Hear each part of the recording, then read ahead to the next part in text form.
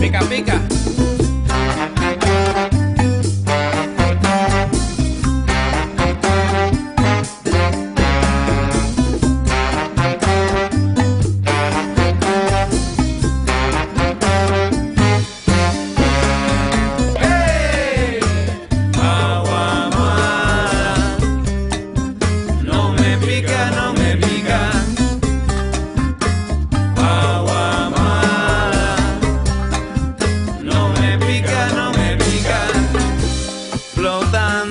Sin dirección, tranquilo en su ambiente, sin preocupación, que se lo lleva la corriente, el agua mala, consumiendo todo lo que se encuentra, sin respeto, sin consideración.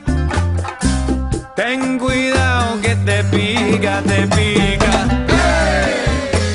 Agua mala, no me pica, no me pica.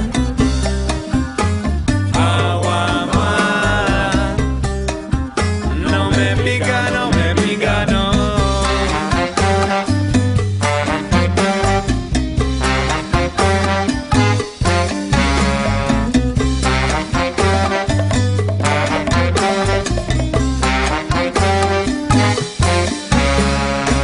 Le falta sangre, columna y cerebro, y no tiene corazón.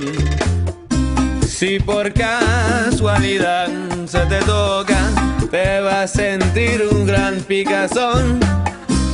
Óigame, agua